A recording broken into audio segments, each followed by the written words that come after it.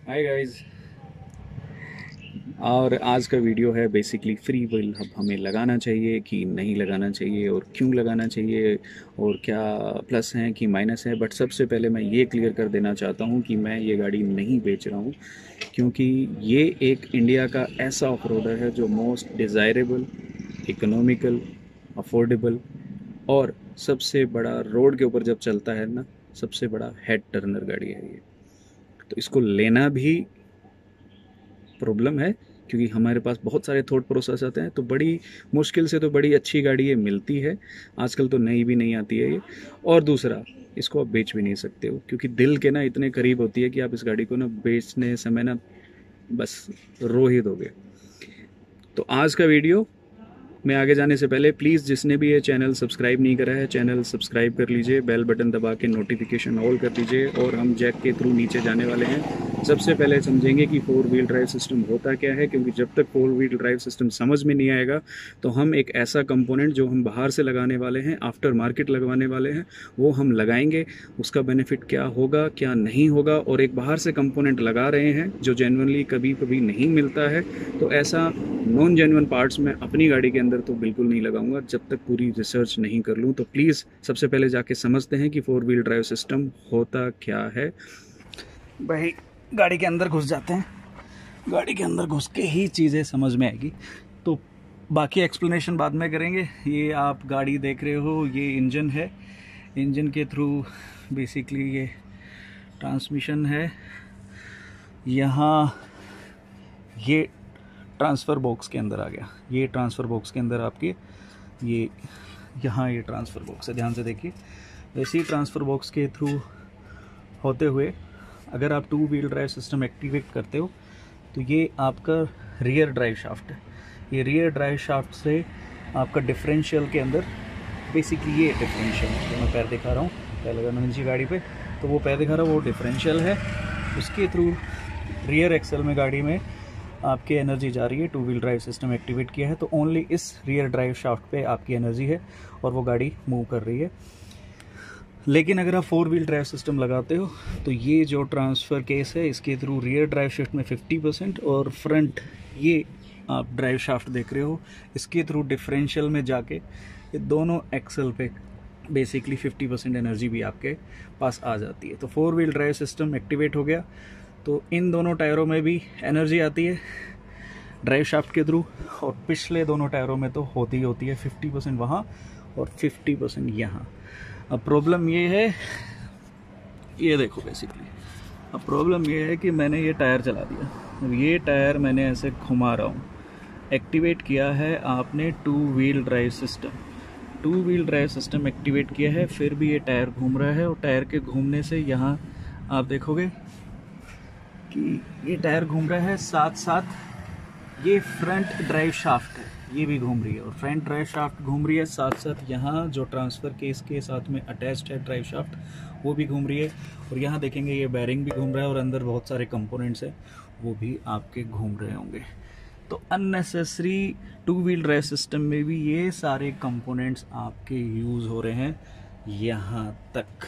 और दूसरे टायर से भी जब यूज़ करेंगे हम, फ्रंट राइट वाला उसको भी यूज़ करेंगे। तो ये जैक पे गाड़ी खड़ी है तो ज़्यादा हम क्या कहते हैं पंगे नहीं लेते।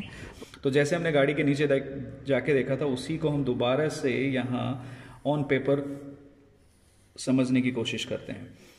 तो ये बेसिकली 4 टायर हैं, यहाँ इंजन है, इंजन के थ्रू आपका ट्रांसमिशन बॉक्स है और उस ट्रांसमिशन बॉक्स के साथ में आपका ये ट्रांसफ़र केस है।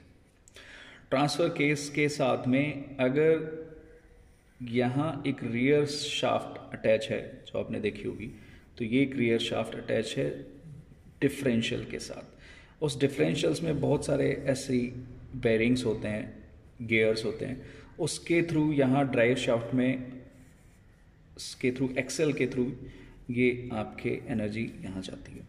तो ये ड्राइव शाफ्ट है, रियर ड्राइव शाफ्ट, ये एक्सेल के थ्रू आपकी एनर्जी चली जाती है, उसको बाद में देखते हैं। और ये ऐसे फोर व्हील ड्राइव सिस्टम बना कैसे होता है, यहाँ भी एक जो ट्रांसफ़र बॉक्स होता है उसके थ्रू एक फ्रंट ड्राइव शाफ्ट अटैच होती है वो भी एक्सेल के साथ अटैच होती है। जो भी एनर्जी है ये आपकी टायर्स में, फ्रंट वाले टायर्स में जाती है। सो बेसिकली ये है आपका 4 व्हील ड्राइव सिस्टम है, बिल्कुल इजी लेमन लैंग्वेज में। अब क्या करते हैं, अब आप अज्यूम करिए कि आपने गाड़ी अर्बन में चला रहे हो, रोज़ सुबह शाम रोड के ऊपर चलाते हो, सीमेंटेड और बढ़िया रोड के ऊपर चला रहे हो, तो जहाँ आपको 4 व्हील ड्राइव का ऑप्शन की ज़रूरत नहीं है, बेसिकली आप 2 व्हील ड्राइव सिस्टम को चलाते हो। गाड़ी स्टार्ट करते हो, एनर्जी यहाँ से आती हुई यहाँ ट्रांसफ़र केस में आती है।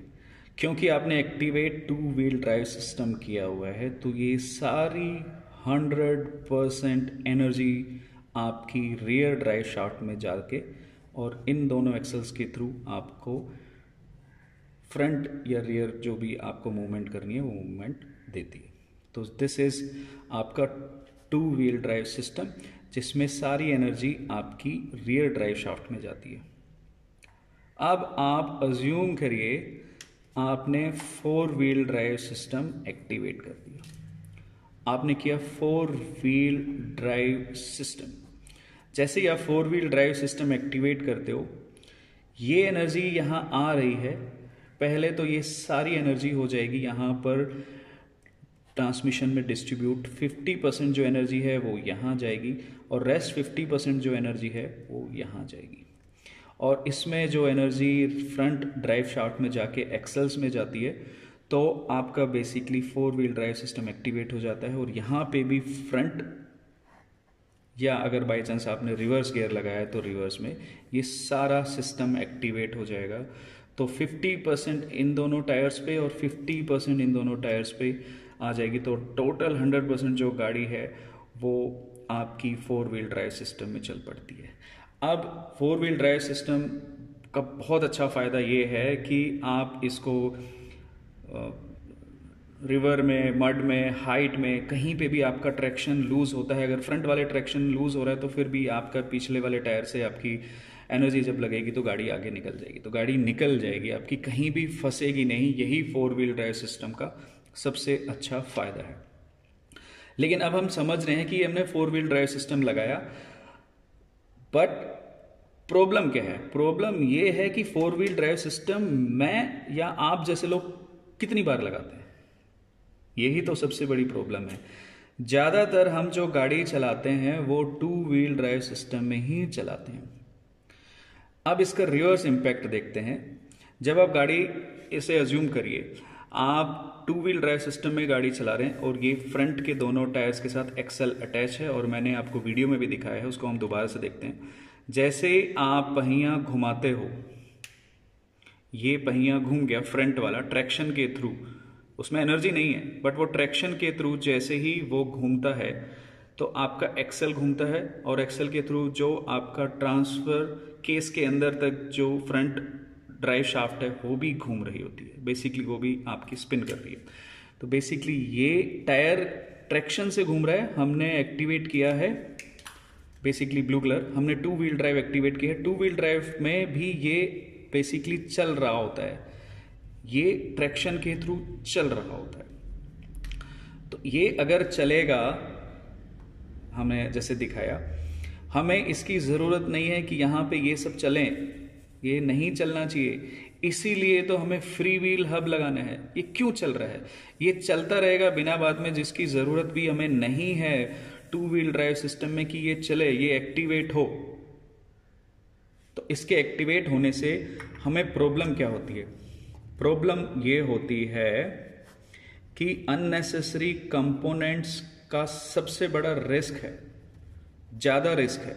ये चलता रहेगा, एक्सेल भी चल रहा है, ये एक्सेल भी चल रहा है, और ड्राइव शाफ्ट भी चल रही है, या ट्रांसफर केस के अंदर भी ऐसे घुघुर घुघुर घुघुर घूमे जा रहा है, तो यहाँ रिस्क ज़्यादा हो जाएगा। दूसरा क्या होगा, अगर जब रिस्क ज़्यादा है तो इतना सब कुछ चलेगा तो इसमें गाड़ी में आवाज़ तो आनी बहुत ज़्यादा है भाई, मतलब नॉर्मल से ज़्यादा आवाज़ करेगा। एक तो ओपन जिप्सी है तो वैसे ही आवाज़ आती है, और इतनी ज़्यादा कैबिन नॉइज़ को हमें कम करने की ज़रूरत नहीं है, बट फिर भी नॉइज़ की हमें ज़रूरत नहीं है। अब इतने सारे कंपोनेंट हैं, मैं जिम के अंदर ही बैठा हूँ, मैं 10 किलो का वजन आपके ऊपर रखूँगा तो ना आप लेफ्ट में मुड़ पाओगे ना राइट में मुड़ पाओगे। तो बड़ा ही अनकंफर्ट हो जाएगा। तो गाड़ी उसी बड़ी अनकंफर्ट हो जाती है भाई, अनकंफर्ट इंक्रीज हो जाता है। गाड़ी को लेफ्ट में मोड़ना है, ठीक है, या राइट में मोड़ना है, तो ये सारे कंपोनेंट्स भी साथ में ऐसे ऐसे गुड़ गुड़ गुड़ गुड़ गुड़ आवाज़ आती है, तो ये भी चलते हैं। तो इससे क्या होगा, जो टर्निंग का जो एक ईजीनेस है वो लो हो जाएगी, मतलब ख़राब हो जाती है यार, प्रॉब्लम हो रही है इसमें, टर्निंग में प्रॉब्लम हो जाएगी। अभी सबसे बड़ी चीज़, अगर मैं 20 किलो का वजन रखाऊंगा तो अब चलोगे कैसे? फ्री चलोगे तो अच्छे से चलोगे। तो वही सेम इसका एनर्जी जो लॉस है वो ज़्यादा होगा, तो बेसिकली आपकी गाड़ी की जो माइलेज है वो कम हो जाएगी, है ना, वो कम हो जाएगी, क्योंकि ये सारे कंपोनेंट्स आपके यूज़ हो रहे हैं। और बिना बात का एनर्जी लॉस होगा, तो क्यों एनर्जी को आप लॉस करते हो?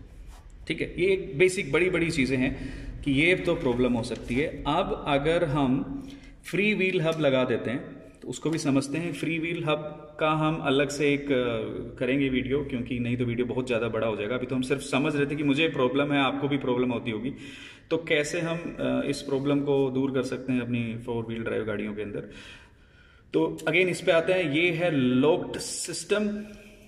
अब मैं एक फ्री व्हील हब लगाऊंगा और ये फ्री हो गई।